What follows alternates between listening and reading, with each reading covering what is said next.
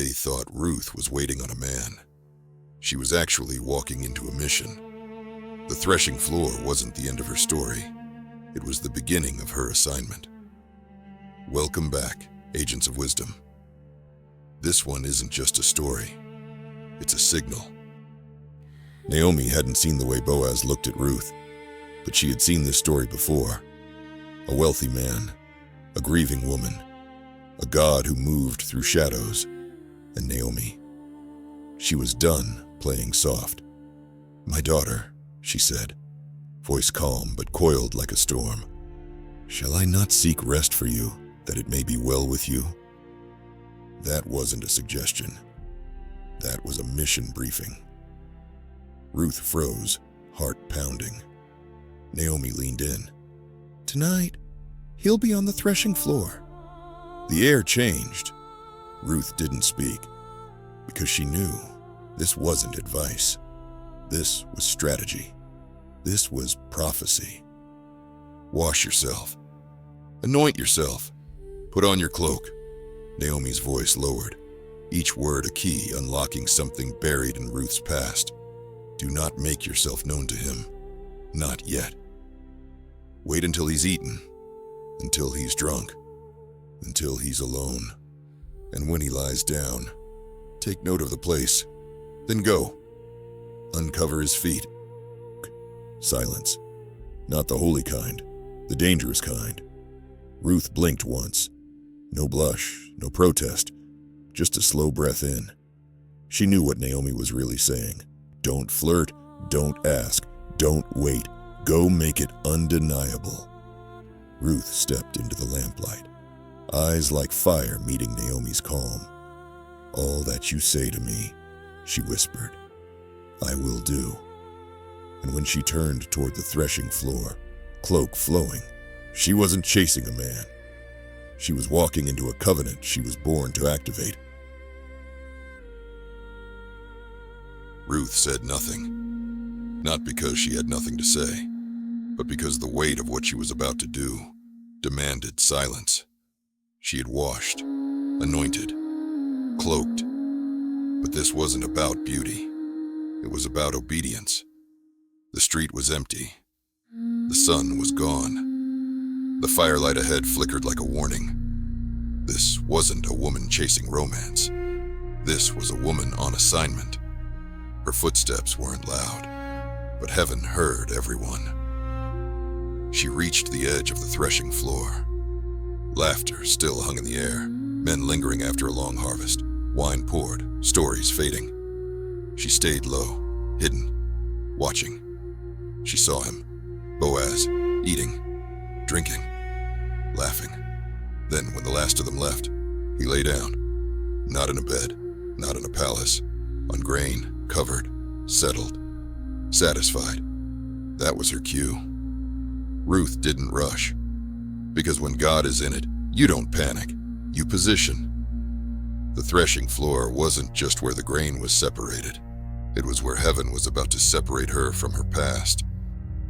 If you're still with us, tap like and tell us where you're watching from. US, Canada, UK, or anywhere around the world. Your comments help these faith stories reach the next person who needs it. And so, in the hush between harvest and heartbreak, she waited. It was midnight, not a sound, not a breeze, but something shifted. Boaz startled awake, not because of a noise, but because his spirit knew something holy had entered his rest. He reached forward, his hand touched the edge of cloth. A woman at his feet, lying still, silent. Boaz sat up, not in fear, but in confusion, and he spoke. Just one question. "Who are you?" Her answer didn't tremble. "I am Ruth, your servant." And then she said the words Naomi had given her, but now they came with eternal weight. "Spread the corner of your garment over me, for you are a kinsman redeemer." She didn't cry. She didn't plead. She simply laid her future at the feet of favor. The silence broke, not with panic, but with a blessing. Boaz looked at her, not like a man caught off guard, but like a man who just witnessed prophecy unfold. "May the Lord bless you." His voice was low, steady, but full of something Ruth had never heard before. Honor. "You've shown more kindness now than even before." He could have laughed. He could have questioned. But Boaz didn't see desperation. He saw destiny. "You didn't go after the younger men, rich or poor." He paused. "And now, my daughter, don't be afraid." Ruth still hadn't moved, the grain beneath her, the Redeemer before her. "I will do for you all that you ask." Not because she begged, not because she forced, but because he recognized her worth.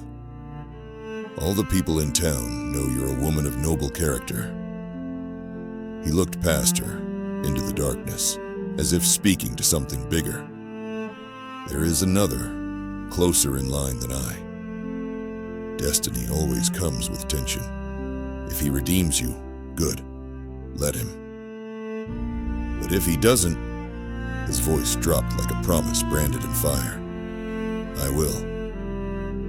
Boaz pulled the edge of his garment across her, not out of romance, not out of impulse, out of redemption. She rose while it was still dark. The threshing floor was silent again. No crowds, no candles, just the scent of grain and a whisper of redemption in the air. Boaz didn't delay. He filled her shawl with 6 measures of barley, not as a gift, but as a signal that something had shifted. Ruth didn't linger. She left the place quietly, her steps light, not because she was hiding, but because some miracles aren't meant to be announced. Naomi was already awake, waiting, watching the door. And when Ruth walked in, barley in her arms, Naomi didn't ask what happened. She asked one thing. "How did it go, my daughter?" Ruth told her everything, every word, every vow, every measure. Naomi didn't shout, she didn't cry. She just leaned back and smiled, and then she said the line that closed the night. "Wait, my daughter, until you see how this turns out. Because once favor starts moving, it doesn't stop halfway." Ruth didn't chase after him. She walked home with the stillness of a woman who knew. He got the message. She didn't bring back a ring. She brought back a vow wrapped in barley. Naomi met her eyes. She said nothing. She didn't have to. Because when a man moves like Boaz did, and when God's timing hits midnight, there are no speeches, only waiting. And one truth Ruth would remember for the rest of her life. A redeemer never delays, not when the yes is holy, not when the field was already his.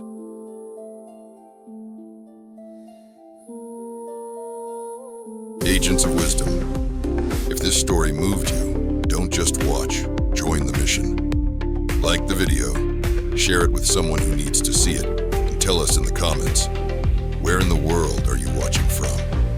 Support our storytelling ministry at paypal.me/BibleWisdom or Cash App $BibleWisdom. Subscribe for more cinematic, faith-filled stories that speak across nations. God bless you. And remember, when the story is divine, the ending is never ordinary.